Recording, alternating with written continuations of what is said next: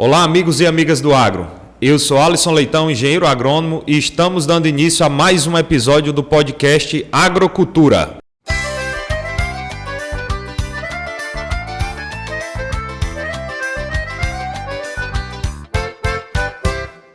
Nosso convidado de hoje, temos a honra de receber Luiz Felipe Souza Santiago, engenheiro agrônomo, gerente executivo da Fapija, aqui de Limoeiro do Norte, e produtor rural. É com muita honra e muita satisfação que hoje nós recebemos Luiz Felipe para falarmos um pouco a respeito do perímetro irrigado da Fapija e sobre todo o mercado que ele contempla. Felipe, seja bem-vindo. Obrigado pela presença. Obrigado, Alisson. Gostaria de agradecer pelo convite, né? Vamos aqui conversar sobre a Fapija e eu estou aqui para... Eu vou ser mero porta-voz das dúvidas ou das curiosidades que eu acredito que giram em torno a respeito da Fapija. Então, a primeira pergunta é: o que significa Fapija e como foi que ela nasceu? Qual é um breve histórico a respeito do perímetro irrigado, né? Então, assim, para começar, vou explicar o que é mais ou menos o perímetro irrigado, certo? O perímetro irrigado é uma área que o governo delimita. Ela faz um estudo para ver se ela tem potencial agrícola, se tem recursos hídricos suficientes, a qualidade do solo, isso para desenvolver a agricultura irrigada. Então, assim, nos anos 80, o governo queria uma forma de trazer investimentos para o Nordeste. Como aqui não tem muita indústria, nunca foi o forte das indústrias, foi mais por sul, eles começaram a apostar na agricultura irrigada, que aqui já tinha pitão agrícola, né? Sim. Os estados do Nordeste. E eles começaram a investir nos perímetros de irrigação, que antigamente era mais conhecido como os distritos de irrigação. Perfeito. Então, na época, o DNOS, que era o Departamento Nacional de Obras e Saneamento, ele começou a fazer o estudo aqui na Chapada do Apodi para construir o perímetro irrigado. Em 85, mais ou menos, começou o processo de desapropriação das terras, porque aquela região da Chapada do Apodi, ela já era habitada, já tinha algumas comunidades, mesmo que muito pequenas, mas tinha muitas terras dos proprietários lá, né? O pessoal já tinha terra, muitos moravam na cidade, mas tinha as propriedades lá. Então o governo começou o processo de desapropriação, certo? Como foi a criação do distrito? Houve essa desapropriação da terra, tirou o pessoal, né? Sim. Passou a posse da terra para o governo, tanto que a área desapropriada no edital eram 13 mil hectares. 13 mil. Tá. Só que só foi desapropriado 9, ainda tem 4 mil hectares que ainda precisa ser desapropriado. Sim. Para terminar a regularização fundiária do perímetro. Perfeito. E aí começou-se em 87 a implementação do perímetro, que foi construir as estruturas de uso comum. Que um perímetro irrigado, que é essa área delimitada para a agricultura irrigada, ela é composta pelo quê? Pelas estruturas de uso comum, que é o quê? A casa de bomba que capta água no manancial, né, no rio, os canais de irrigação que conduzem essa água, reservatórios que precisam em alguns pontos estratégicos armazenar a água, a estação elevatória, e as unidades parcelares, que são os lotes agrícolas onde estão os irrigantes. Esses irrigantes, inicialmente, foram reassentados. Era o quê? Eles receberam a apropriação, o governo pagou pelas terras deles. Aqueles que tinham alguma benfeitoria, houve um cálculo e o pagamento... Foi convertido, um pagamento proporcional. Pagamento proporcional, se tinha benfeitoria ou não. E depois eles também tiveram o direito de ser reassentados nesses lotes agrícolas. Perfeito. Certo? Aí... O perímetro, ele tem, como eu falei, foi 13 mil hectares, foi desapropriado 9. Mas desses 9 mil hectares, que hoje já é do DENOX, só 5.800 que foram ocupados, destinados para irrigação. Certo? O restante é a área de sequeiro.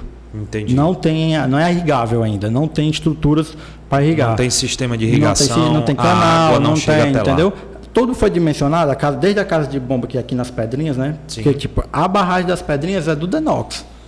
Hoje é do Denox. Foi No construção caso, do Denox. só fazendo uma volta, aquele leito do rio, ele é, digamos assim, artificial? Ele foi feito para contemplar a água para a Fapija? A barragem das Pedrinhas foi justamente para haver esse controle, sempre para ter um nível de água suficiente, Sim. que mantenha um canal de aproximação que a gente chama, que é aquele canal que vai levar água Pra até casa de a bomba. casa de bomba. Perfeito. Então a barragem é para isso, porque senão o rio podia baixar e secar muito rápido e num dia não ter água, entendeu? Como Perfeito. a gente no verão não corre mais a água, não tem essa barragem para segurar, aí podia ser que faltasse água para o bombeamento. Sim. Então ela foi construída com esse propósito. Só fazer um parêntese aqui para você que está assistindo e não sabe, né, geograficamente da onde nós estamos falando, se colocar aí na internet Barragem das Pedrinhas, vai lhe levar direto a esse ponto exatamente onde o Felipe está falando, que é a captação de água que joga a água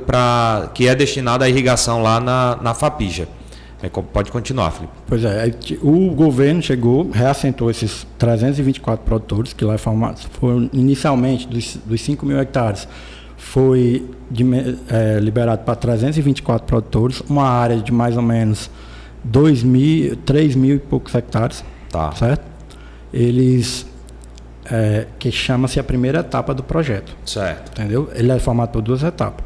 Que ela tem a primeira etapa, que é 3.200, Tá. mais a segunda etapa, que é 2.500. Tá. Essa área de 3.200, ela já é estendida inicialmente, porque inicialmente era 2.800, mas o que acontece lá? Lá tem muitos pivôs. Uhum. Então sempre sobravam pontinhas, né? as bordas dos pivôs. Então o pessoal começou a plantar nas bordas. Aí cresceu a área da primeira etapa. Sim. Certo?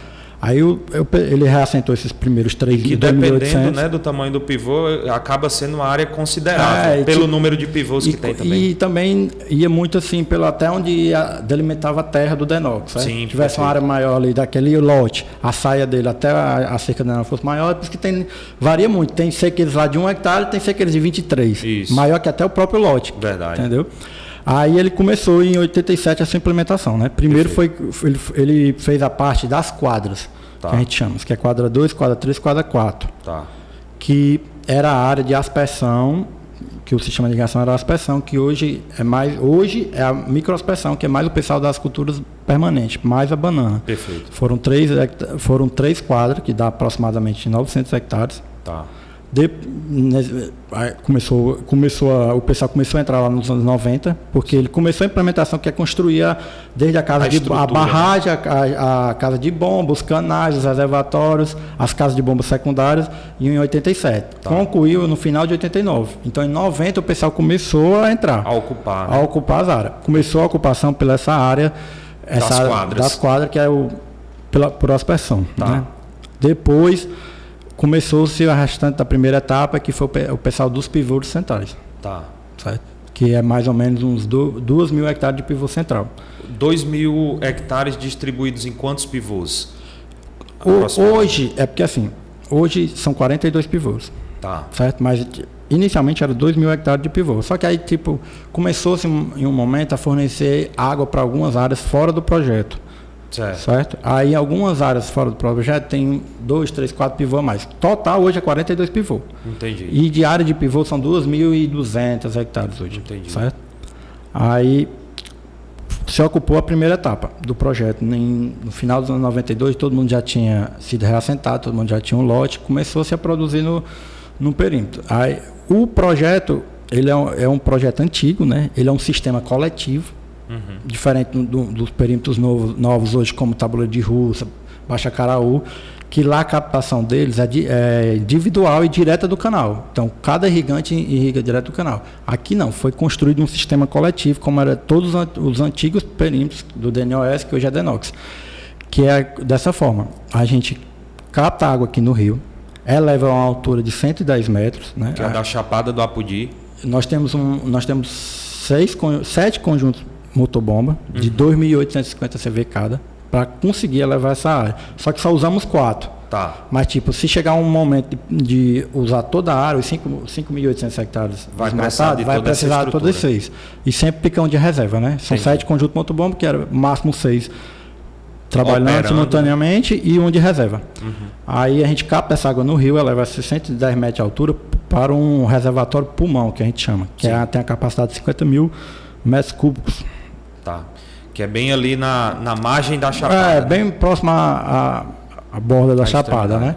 Aí desse tanque, ela percorre 14 quilômetros de canais principais, certo? Todo por gravidade. Aí ela vai percorrendo e vai chegando no que a gente chama as EBS, que são as estações de bombeamento secundárias. Sim. Aí lá, cada EBS dessa atende uma quantidade diária, quantidade de pivô, então uma quadra, tipo. Tem EBS lá que ela atende uns 150 hectares, são 3 pivôs de 50. Certo. Esses 3 pivôs de 50, cada pivô desse tem de 4 ou tem 4 ou tem 8 irrigantes. Certo? Então, assim, é coletivo. Eles têm um sistema único de irrigação, sistema de bombeamento único, para um pivô que vai irrigar ali para 8 ou 4 pessoas, porque lá existe lotes. A parte de pivôs é os lotes de 6 hectares, 6,25 hectares e de 12,5. Perfeito. A maioria dos pivôs são de 50 hectares. Só tem 4 pivôs lá de 100, que são 8 lotes de 12,5. Então, assim, essa água vai para essa EBS e lá o produtor, de forma coletiva, ele faz a irrigação das suas áreas, né? Aí, tipo, eles são responsáveis pela manutenção do pivô, a FAPIJA, ela não interfere, certo? No que o produtor vai produzir. Porque o que é a FAPIJA? Nessas EBS, que a gente chama, são 16 estações de bombeamento, 16 casas de bombas. Tá. Cada casa de bomba é uma associação. Certo. Ela é formada pela uma associação. É como se fossem condomínios. O perímetro todo é um condomínio, né? Aí já é outro condomínio. Subcondomínio. Dentro de um condomínio. Entendi. Aí lá tem aquela quantidade de produtores, né? Naquela casa de bomba. Perfeito. Aí eles. Só que mesmo que sejam independentes, as energias, né? Tipo assim, os pivôs tem uma bomba para um pivô, outra bomba para o outro, mas a casa de bomba é em comum para eles. É coletiva. Eles formam essa associação e eles fazem a eleição anualmente do coordenador, conselheiro, delegado. Tá. Cada casa de bomba dessa elege um conselheiro. Tá. E que esses conselheiros, esses 16 conselheiros, vão formar o conselho de administração da FAPIJA, porque a FAPIJA significa isso, Federação das Associações do Perímetro Irrigado de Jaguaribe. O perímetro irrigado é a estrutura, é os canais, as estradas, as cercas, as casas de bomba, e a organização que administra é a FAPIJA, que é formada pelos irrigantes. Perfeito. Então, eles formam um conselho de administração, esses 16, e dentro dos 16 escolhe o presidente da FAPIJA.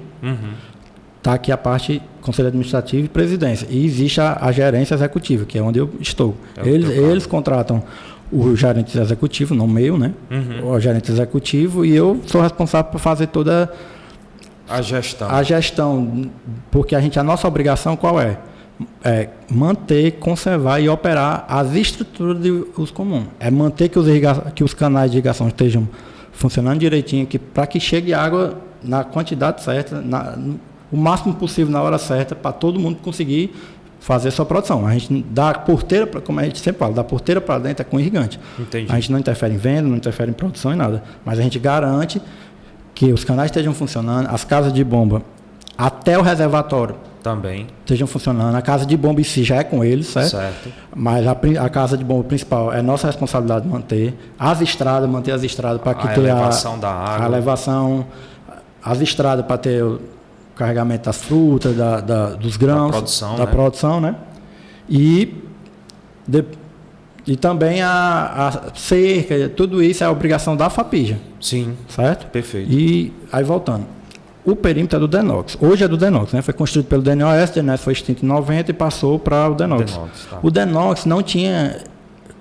No começo ainda tinha... Era assim, eles que eram os responsáveis, eles que vinham, eles que administravam o perímetro. Certo. Só que chegou um momento que eles não tinham mais capacidade para fazer isso. Então o governo fez o quê? Ele capacitou os irrigantes para criar as organizações sociais para fazer a administração. Então nós temos hoje o quê? Só um contrato com o DENOX, que ele supervisiona a nossa administração. No caso, a FAPIJA, que é uma instituição formada por quem de fato opera e usa o perímetro irrigado. Isso.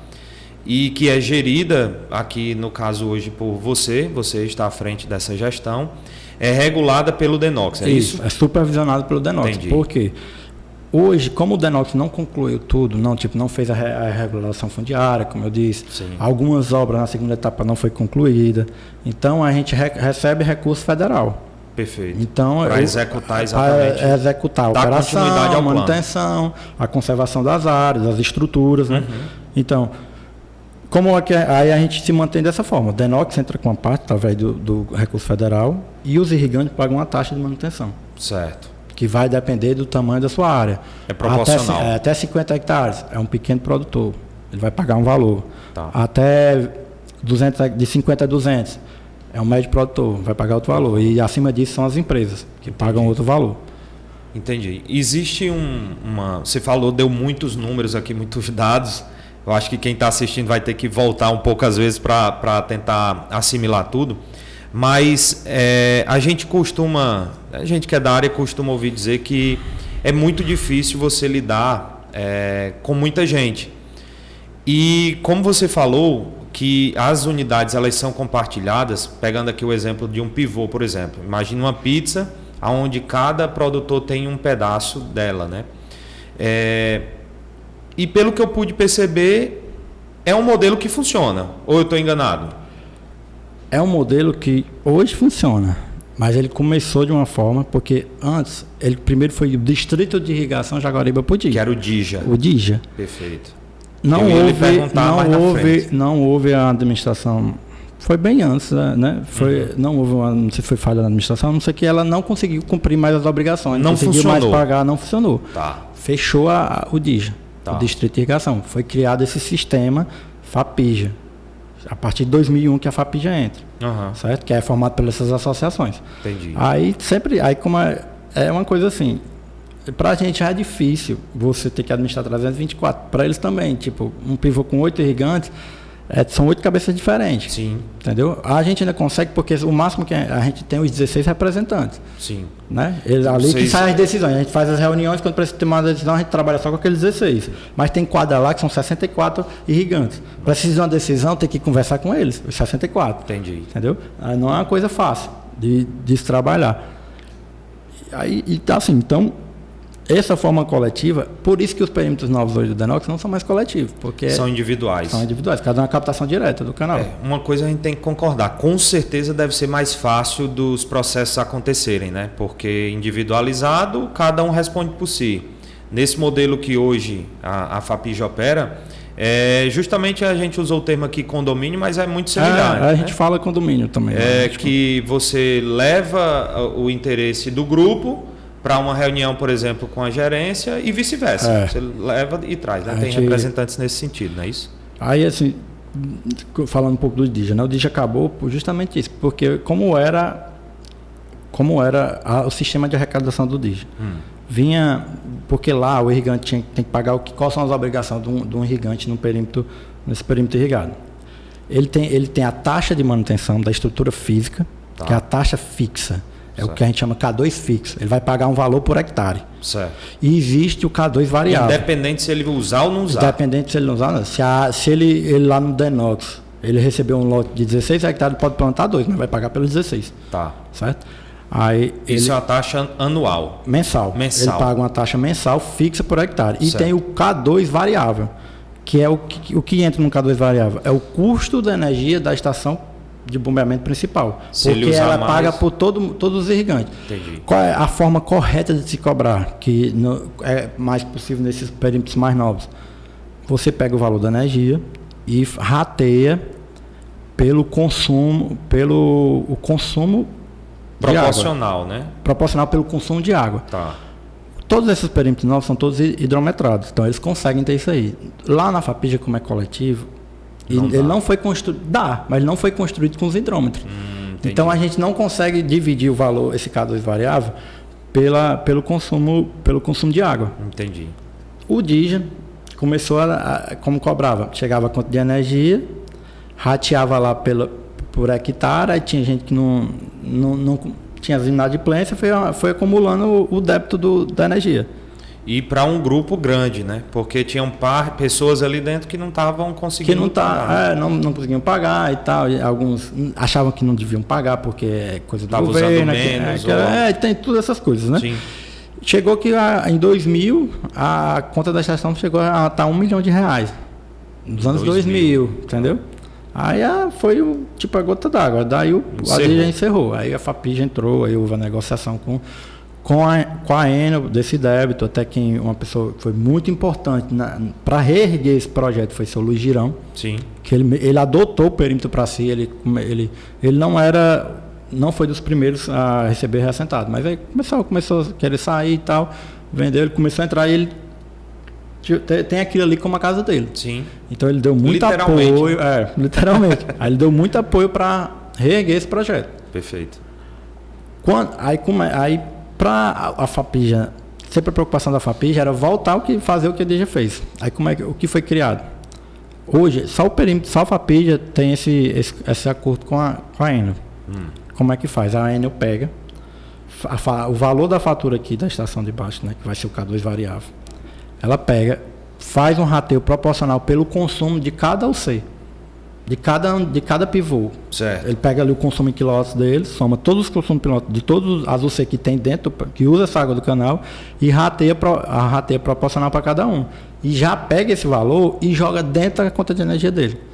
Então, assim, ou ele paga, ou corta a energia. Entendi. E aí, além disso, a nossa taxa de manutenção era uma taxa que o pessoal também sempre tinha dificuldade para pagar. Tinha um alto nível de inadimplência. O que foi que a gente fez? Colocou essa taxa dentro da conta de energia da Enel. A Enel faz essa cobrança para a gente. Então, assim, a gente hoje é o único perímetro do Denox que é 100% de inadimplência. Se tiver rodando, tiver água, todo mundo está pagando. Entendi. Porque eles não vão deixar cortar a energia. E eles não têm como separar. Ou paga tudo ou não paga nada. Entendi. Entendeu? Então, o coletivo força para que todo mundo esteja em ordem, para que todo mundo possa trabalhar. E assim, claro que tem alguns casos que um paga pelo outro ali, faz aqueles acordos porque eles são próximos, né? Perfeito. Mas assim, a conta não deixa de ser paga. Porque uma pessoa não pode prejudicar o resto do grupo. Claro, sem eles sempre conseguem fazer esses acordos, né? Então, perfeito. Assim, em termos de arrecadação, a gente não tem problemas. Hoje o problema do perímetro é o quê?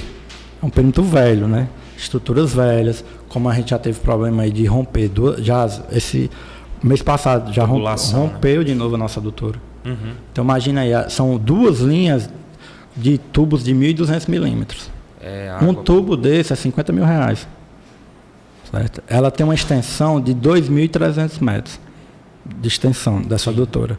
Então tudo é caro. A nossa casa de bombeamento, em 2008, foi comprado 2 conjuntos motobomba, foi 12 milhões. Tudo é muito caro, porque a estrutura exige, né? Isso aí. Então, assim, ou a gente administra direito, ou a gente mantém direito, faz as manutenções direito, ou a gente vai sempre sofrer. Mas mesmo assim é um perímetro velho. Sim. Tipo, uma adutora dessa tem 40 anos, quase 40 anos. Que foi implantado em antes 89, dele começar a funcionar, né? Foi em 89. Que está funcionando já está um pouco mais de 30 anos. Isso, pouco mais de 30 anos, mas ele começou a ser implementado em 87, 86, 87. Então, assim, e esses tubos já tinham sido feitos, né? Então tem quase 40 anos. Sim. Então a gente tem hoje a dificuldade dele é trabalhar com essas estruturas, né? Essas estruturas mais antigas. E aí essa questão a gente não conseguia ainda hidrometrar. Entendi. Pessoal, que hoje é dos coisas que a gente está mais brigando, né? Já é para chegar um recurso aí do governo do estado, para a gente hidrometrar, para a gente poder trabalhar mais, utilizando a quantidade de água certa, para não ter desperdício. Individualizado. Né? Conseguir individualizar, criar cotas, certo? Que você só pode usar tanto X por dia, tanto X por mês. Entendi. Até para uso racional da água. Para uso racional. E assim, o que a gente vê hoje, o estado do Ceará, nós estamos semiárido, é um estado seco. É, verdade. Nós acabamos de sair de 7 anos de seca. Sim. Entendeu? Então, assim, a gente tem que dar mais valor a essa água. Com certeza. Se eu consigo hidrometrar, se eu consigo regular essa água... É mais fácil controlar, né? Eu consigo atender essa área com água, ou atender a área que tem hoje com uma área menor, ou com menos quantidade de água, ou então possibilitar abrir mais áreas. Sem dúvida. Pelo que já fornece a gente, entendeu? E sem dúvida, talvez o ponto mais importante é justamente a boa utilização da água, que é o principal recurso para o perímetro, né? E para quem usa dele, para quem trabalha nele, né? E Felipe, deixa eu lhe perguntar uma coisa. Hoje, nesses pouco mais de 30 anos, acredito eu que na verdade a gente sabe que o perímetro hoje ele está bem ocupado. Quem está assistindo e porventura tem interesse, por exemplo, de conseguir um lote, um terreno, é possível? Pode-se vender o lote, certo? Mas aí só voltar aqui, nesses 8.000 hectares, nesses 5.800 hectares, certo? Uhum. A primeira etapa já foi toda reassentada. Tá. E a segunda etapa são 2.500 hectares. Ainda vai ser licitada. É uma forma da pessoa entrar, esperar que resolva, mas claro que lá tem alguns gargalos, desde a invasão de terra até algumas estruturas que ainda precisam ser feitas, para ir para a licitação. E a primeira etapa a pessoa consegue entrar através de comprar um lote de algum produtor que está lá. Entendi. E hoje, dentro do perímetro como um todo, quais são as principais culturas trabalhadas? Hoje o perímetro ele é muito forte na banana. Hoje de cultura permanente, a gente tem uma área de 1.950 hectares. Desses 1.950 hectares, 1.700 são de banana, da cultura permanente. Aí tem mais 54 hectares de pitaia e alguns assim, mamão, manga, coisa pequena. Aí tem um capim também, que é cultura permanente. Sim. E tem a parte de grãos, né? A parte dos pivôs centrais, que hoje a principal cultura é a soja, e o milho e o sorgo, né? O perímetro já foi o maior produtor de milho verde do estado. Né? O perímetro durante muito tempo, muitos anos, né? Mas com a seca perdeu aquela referência. Sim. É o maior produtor de semente do estado. Sim. Os maiores produtores de semente para aquele programa do governo na hora de plantar vem daí, daqui, né? Daqui, né? E hoje a soja, né? Hoje o carro-chefe é a soja. Tá. E hoje tem a limitação da soja por conta do vazio sanitário, isso, né? Obrigatório. Até desde o ano passado foi que a lei começou realmente a entrar em vigor, que foi proibido o plantio de soja em sucessão de soja, né? Então, basicamente, você só pode plantar uma vez ao ano soja. Entendi. E eles geralmente, o pessoal do pivô consegue fazer até 3 safras, dependendo de qual cultura, né? Tá. Aí eles estão hoje plantando soja, milho e silagem, que o perímetro também é muito conhecido por ser um dos maiores produtores de silagem do estado. Né? Que abastece principalmente a bacia do Sertão Central, né? É parte do pessoal da pecuária, né? Tipo um ano esse como foi seco, basicamente só choveu 40 dias, né? Sim. Aí a demanda de silagem é muito grande. Com certeza. E o pessoal já foi o maior produtor e hoje praticamente toda a área está sendo... o pessoal já colheu a soja, né? Plantou a soja no inverno. E está indo para produzir milho e silagem, mais para milho e silagem, né? Milho grão também. O milho pode repetir. O milho não tem nenhuma legislação federal que proíba, né? O milho pode ser repetido. Aí eles plantam silagem, ou então milho verde. Milho grão é área pequena, eles plantam muito milho semente, que é para essas empresas, sabe? A empresa que produz semente aí, ele faz algumas parcerias com os irrigantes, planta o milho semente. Perfeito. E dentro desse contexto a gente sabe e entende da importância que é o perímetro irrigado para a economia da região como um todo. Inclusive vem muita gente de fora trabalhar aqui. Hoje, em média, quantos empregos direto e indiretamente são gerados aí na Fapija? Hoje, assim, o perímetro ele gera diretamente aproximadamente uns 3.000 empregos, sabe? 3.000 empregos? 3.000 empregos. Diretamente vai para uns 5.000, né? Agora, assim, o Limoeiro do Norte basicamente começou a se desenvolver depois do Chapada. Desenvolvimento da agricultura. Não tem essas empresas tão grandes que Limoeiro. Tem o quê? A Chapada do Apodi, que é o maior. Hoje, Limoeiro, o PIB do Limoeiro basicamente vem da agricultura. Da agricultura. Da agricultura daí. E Limoeiro é tipo... Saiu um dado ano passado, acho que é o terceiro, no setor da agricultura, é o terceiro que tem o maior PIB. Do estado do Ceará. Do estado do Ceará, justamente por causa da Chapada do Apodi, que é lá.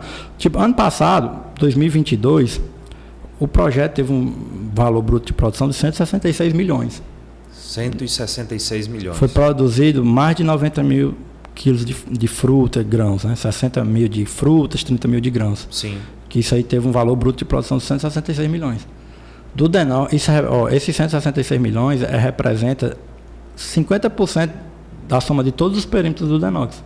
Ele é o perímetro mais produtivo do Denox. No estado também.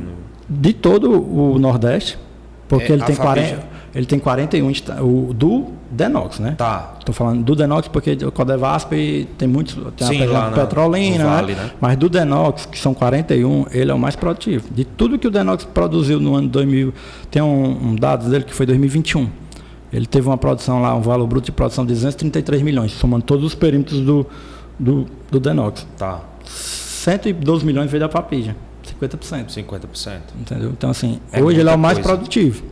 Entendi. Do Denox. Isso em faturamento. Em faturamento bruto. E a produção, hoje, ela com certeza ganha todo o mercado nacional, mas a gente sabe também que existe uma parcela dela que é destinada à exportação. Isso impacta diretamente, com né? certeza. Hoje, essas empresas que chegaram, elas não fazem parte dentro do perímetro. A área delas não é área federal.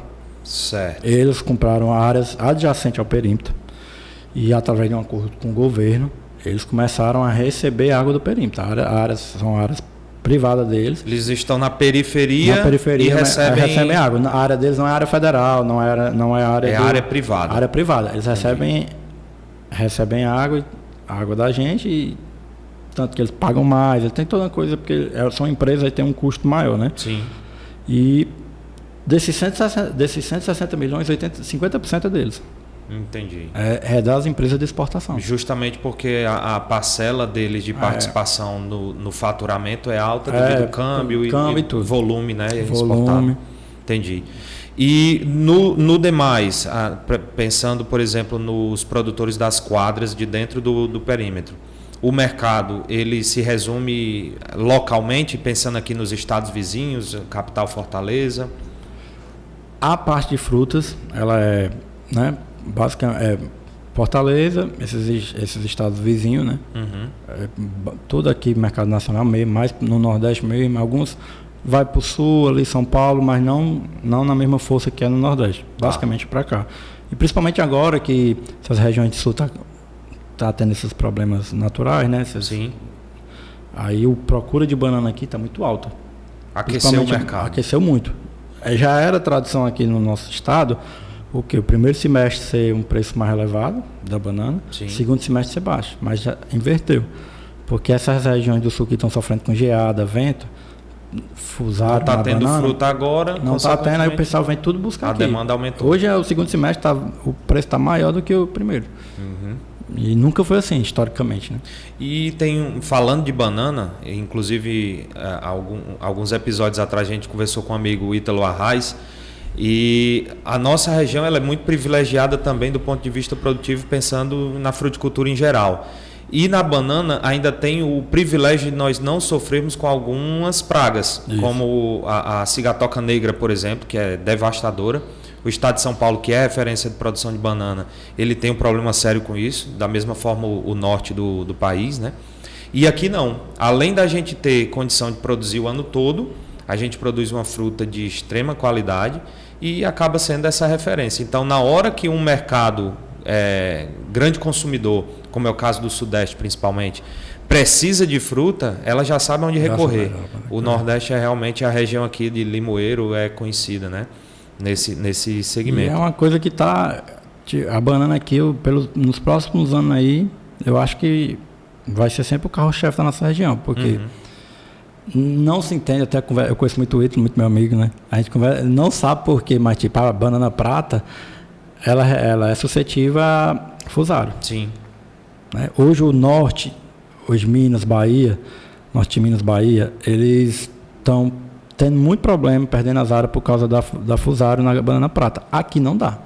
Sim. Assim, se você não vê um ataque severo dela aqui, como tem na banana massa, mas na banana prata não tá. Então, o que está acontecendo lá, estão trocando a variedade da prata para nanica, que ela é resistente.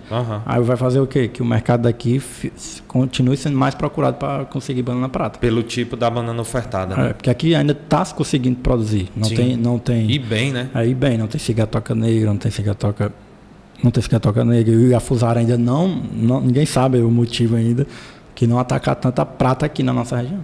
Tá.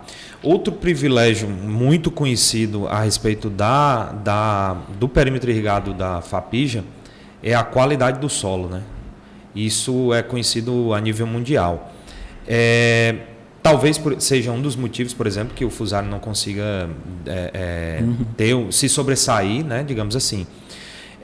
Do ponto de vista hoje do uso do recurso água, Luiz Felipe, você considera que a Fapija, ela, com certeza nada está tão bom que não possa melhorar, mas hoje, se você fosse eleger uma nota ou um gradiente assim pelo uso da água, do uso do recurso, como que está a Fapija hoje nesse quesito?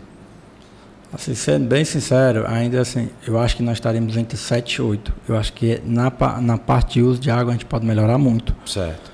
E eu volto a dizer, por isso que eu sempre bato, o que hoje eu mais corro atrás é questão desses hidrômetros, porque aí a gente consegue trabalhar com produtos gerar melhor, dados, né? A gente consegue mostrar para ele, porque assim, na hora que uma associação como essa, que tem 64 irrigantes, na hora que for medir, cada um tiver sua medição, na hora que chegar a primeira conta de energia e ver que fulano ali está pagando bem menos e produzindo do mesmo jeito que ele, que está pagando bem mais de energia, ele vai começar a ver que está perdendo que realmente está perdendo dinheiro porque está jogando água demais, que não precisa de tudo aquilo. Perfeito. Então, assim, você começa a trabalhar no bolso do produtor e a gente mostrando, tentando ensinar o manejo. Porque se a gente chegar lá só falar, ó, não, isso aqui você está fica difícil de visualizar. Só coisa, ele não consegue visualizar. Exatamente. Quando ele sente no bolso, ele consegue é mais fácil. Então, assim, na nossa questão de usar água, a gente pode melhorar ainda, muito. Tá. Quando tiver esses hidrômetros. Né? Perfeito. Então, um passo muito importante a ser dado, com certeza, é essa implantação dos hidrômetros para regular a distribuição e o aproveitamento do uso do recurso água, principalmente, né? Isso.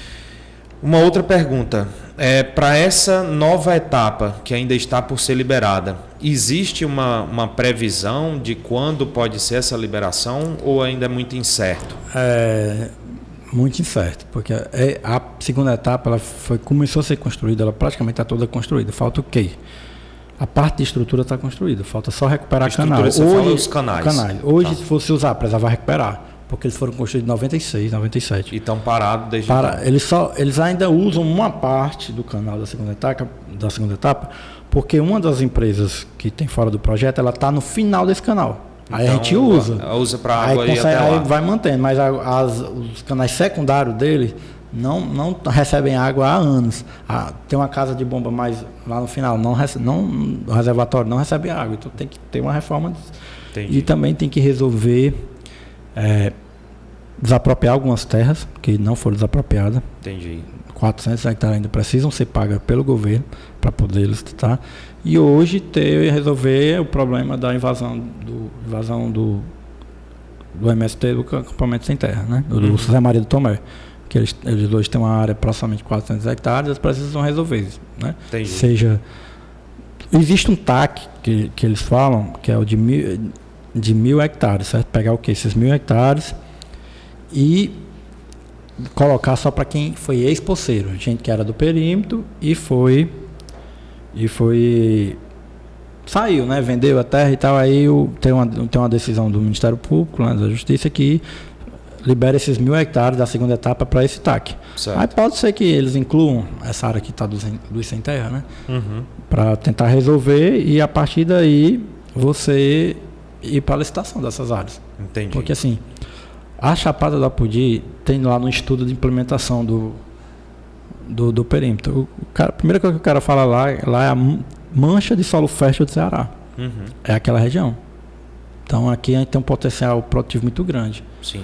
Você vê aí a banana hoje, se você for pelo que produziu e a área, tem uma média de 33 mil quilos por ano, 35. É altíssimo. É altíssima. Imagina aí mais 2.500 hectares de banana aí. A mais, né? A mais. Entendeu? Com certeza. E ainda mais com esse cenário, né, a nível nacional e mundial, é mais um potencial para a região, né? Sem dúvida. A região da Chapada já é conhecida pelo seu potencial agrícola, né? Sim. Então, e com o perímetro desse aí, tem 2.500 hectares aí esperando para gerar emprego, gerar renda para a população e para a região, né? Perfeito. E além dessa questão, Luiz Felipe, da resolução, né, digamos assim, jurídica e burocrática, e dessa estrutura, qual seria o outro maior entrave, na sua opinião, para a liberação dessa nova etapa? Assim, teoricamente, o que eu acho é mesmo só terminar de desapropriar e resolver isso aí. Porque até a parte do canal, o que o Denox vai conseguir apurar com a venda desses terrenos, ele consegue consertar tudo, aumentar bombeamento, o que precisar, entendeu? Entendi. Porque, para você ter uma ideia, a última situação que teve do Denox no tabuleiro de Russa, 400 hectares, lá saiu uma média de R$22 mil o hectare. É alto, né? É alto. Lá, né, é um perímetro grande, estruturado, mas que o seu potencial agrícola, o seu solo não é igual como o da Chapada, entendeu? Nem de perto. Aí, com certeza, abrindo essa licitação lá, a concorrência vai ser gigante. Altíssimo. Porque todo mundo sabe lá que lá você pode plantar o que for, vai dar. Sim, com certeza. E me diga outra coisa, vamos pensar que essa segunda etapa seja liberada. Nós temos água suficiente para manter? Isso aí é um gargalo. Isso é complicado, né? Porque hoje a dependência do perímetro irrigado da FAPI já é 100% a água que vem do Castanhão. Isso. Hoje a água que nós usamos, ela está no Castanhão, né? Ela vem do Castanhão. Sim. Com esses anos de seca, tipo, a gente chegou a ter uma vazão de 1,2 metros cúbicos por segundo. Isso no período de seca. No período. Normalmente é quanto? Hoje está 3,5. Hoje nós estamos trabalhando com 100%. 100%. Tá. Tem só umas áreas paradas, mas é porque ainda o pessoal lá não quis voltar, né? Depois desses que não conseguiu voltar ainda. Certo. Mas hoje nós temos 3,5 e conseguimos trabalhar com a primeira etapa, mais essas áreas fora do projeto que a gente chama, né? Sim. Das empresas lá da exportação e uma empresa de leite, que tem uma área fora do projeto. Certo. Então, assim, com esses 3.000 a gente já consegue trabalhar esses 3.500 hectares que nós temos hoje funcionando. Tá. Certo? Já conseguimos. Para a segunda etapa, a gente precisaria mais ou menos aí de mais uns 2 metros cúbicos. Talvez teria que trabalhar entre 5 e 5,5. Certo. Para conseguir atender toda a segunda etapa. E tirar de onde essa água? Aí nós precisamos que o açude tenha uma recarga maior. Sim. E sempre um dos maiores gargalos, maiores brigas nos comitês de bacia, né? Uma das funções minha como gerente é participar do comitê de bacia, que no comitê de bacia é um local onde há discussão, onde tem as reuniões, discussões e deliberações do que fazer com a água de forma racional, sim, garantindo qualidade, quantidade e garantindo que esse recurso tenha para as futuras gerações. Perfeito. Então é nesse local que a gente... hoje eu sou presidente do Comitê de Bacia do Baixo Jaguaribe. Tá. É lá onde a gente decide as vazões. Aí sempre vem os questionamentos. FAPI está tendo mais água que o pessoal dos ribeirinhos, entendeu? Pessoal que está à margem do rio. Só que, às vezes, a questão que é muito mais fácil eu conseguir liberar água para 5.000 hectares ali na Chapada, que eu vou conduzir toda para o canal, vou ter um desperdício muito pouco, do que eu conseguir levar essa água a chegar lá no final do trecho, pelo rio, onde tem as perdas naturais, infiltração, sim, entendeu? Aí sempre está esses problemas, mas tudo parte que o Castanhão precisa ter uma recarga melhor, mais seguro, porque ninguém vai querer também fazer altos investimentos sem uma segurança hídrica. Segurança hídrica, exatamente. E infelizmente a parte hídrica é o que move o projeto, né? A gente tem que... Então, dentro desse contexto, para se pensar numa segunda etapa, a gente pode dizer então que até vou fazer 2 perguntas numa só.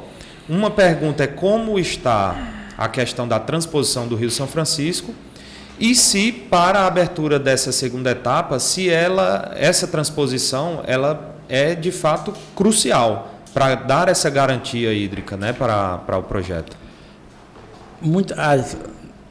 A transposição do São Francisco, eu sou bem sincero e sempre falo isso. Eu não vejo ela como a solução para a agricultura nossa.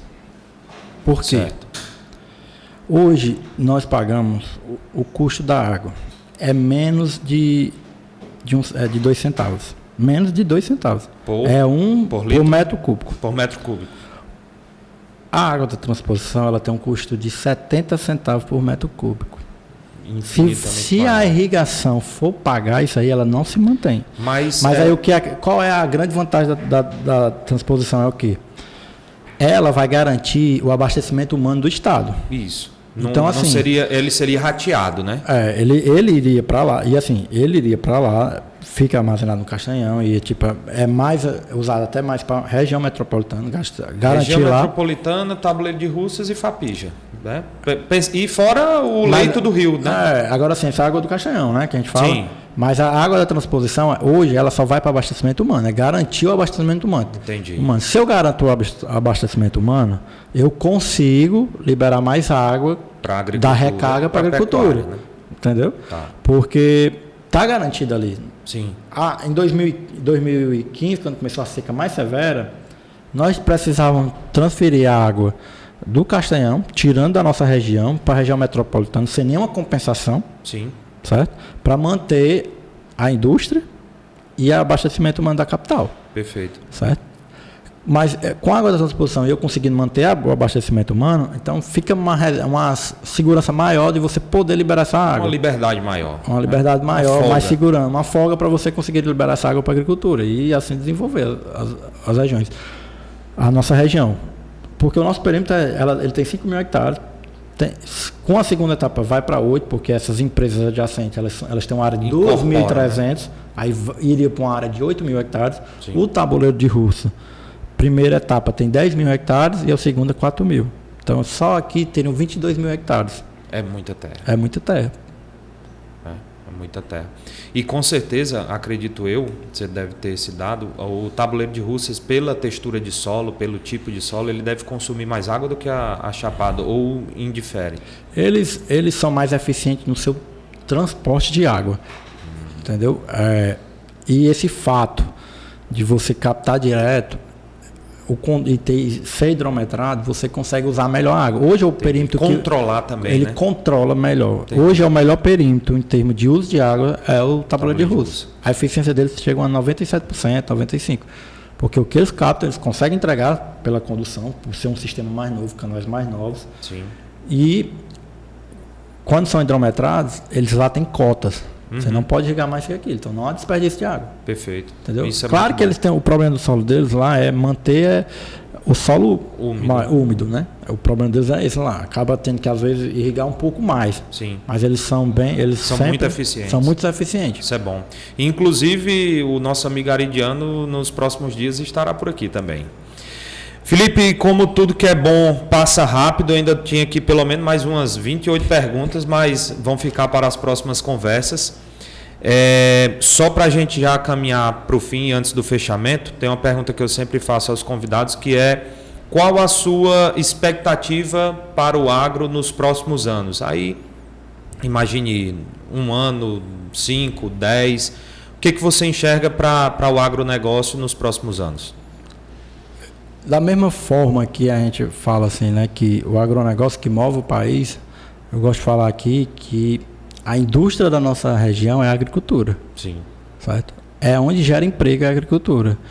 E se nós tivermos uma condição hídrica, infelizmente as previsões não são boas para o próximo ano, mas às vezes a união dura 1, 2 anos, voltar a ter recarga, ter mais segurança hídrica, a nossa região aqui ela vai expandir mesmo. E tipo, hoje tem muitas empresas chegando e apostando na água de aquífero, né? Sim. Subterrânea. E eles estão vendo o potencial da Chapada, estão vendo o potencial daqui, a própria cassinicultura. Sim. Entendeu? Então, assim, o agro na nossa região tem só expandir e é onde vai sair a geração de emprego e de renda da população. Com certeza. E além de tudo isso, a nossa posição geográfica privilegiada, né, para a distribuição do mercado tanto nacional quanto internacional. Para quem não sabe, aqui Limoeiro faz parte de uma área livre para a produção de curcubitáceas, que pode mandar melão e melancia e as outras curcubitáceas para o mundo todo. Então são essas e outras vantagens que fazem dessa região, com certeza... Não à toa que Limoeiro é o maior exportador de banana para a Europa do Brasil, né? Exatamente. A posição... A posição, né? Que tem o Porto de Natal e o do Pecém próximo. Sim. Então, assim, aqui é o canto estratégico. A parte de frutas é melão, melancia, né? Tem essa região livre. Perfeito. E essa parte da banana que se deu muito bem a produção e a proximidade para exportação, né? Perfeito. E antes de agradecer a sua presença, eu queria agradecer aqui ao apoio e à colaboração dos nossos apoiadores, a Faculdade Vidal de Limoeiro, de onde nós falamos nesse momento, o estúdio do podcast Agrocultura, a faculdade aqui presencial, com os cursos de Direito, Administração, Enfermagem, Fisioterapia e Psicologia, cursos 100% presenciais e mais de 30 cursos de pós-graduação para você que quer investir na sua carreira. E a Ambiental Clean, que vendo justamente o potencial da região Nordeste, veio também trazer o seu serviço, trazendo tecnologia e inovação para você, amigo e amiga do campo. Felipe, meu muito obrigado por você ter atendido aqui a nosso chamado. Foi, sem dúvida, um bate-papo muito interessante. Eu, nascido e criado aqui em Limoeiro, tinha informações que você deu aí que eu não sabia, não conhecia. Tenho certeza que quem está nos vendo nesse momento também vai ficar muito interessado sobre saber mais a respeito da FAPIJA. Ficam abertos os canais no Instagram, no Facebook, no YouTube, para fazer perguntas, fazer questionamentos, trazer algum esclarecimento. E sempre que formos acionados, a gente vai contactá-lo para estreitar esse laço entre você como informante e o público como informado. Meu muito obrigado, meu amigo, e até a próxima. Valeu, obrigado. Eu que agradeço, né? Assim, porque é muito bom esse tipo de conversa para a gente poder mostrar para a nossa região, para o Brasil todo, o potencial que está aqui, né? Exatamente. Porque uma pessoa que está lá no sul acha que aqui é só miséria, que é só coisa ruim, mas não, aqui está onde está a produção, aqui tem futuro e é muito bom mostrar isso para as pessoas. Com certeza. E esse é o objetivo do Agrocultura. Sempre que me perguntam como que nasceu a ideia do podcast, a gente que viaja muito, é acostumado a consumir podcast, a gente ouve muito dos grãos, né, milho, soja, as grandes culturas, e faltava a gente falar mais sobre o nosso negócio, a região Nordeste, mostrar o potencial que existe aqui, a fruticultura, o mercado, né, a fruta de qualidade, todo esse contexto, para que as pessoas das outras regiões passem a tomar conhecimento do grande potencial que é a região Nordeste. Então, mais uma vez, meu muito obrigado. Com certeza você ainda vai voltar aqui mais vezes para a gente tratar de outros temas, tá bom? Obrigado, Felipe, e até a próxima. Então é isso, meu amigo, minha amiga. Esse foi mais um episódio do podcast Agrocultura. Não se esqueça de se inscrever nos nossos canais, Instagram, Facebook e YouTube, @agrocultura. E nós ficamos esperando por você nos próximos episódios. Um abraço e até lá.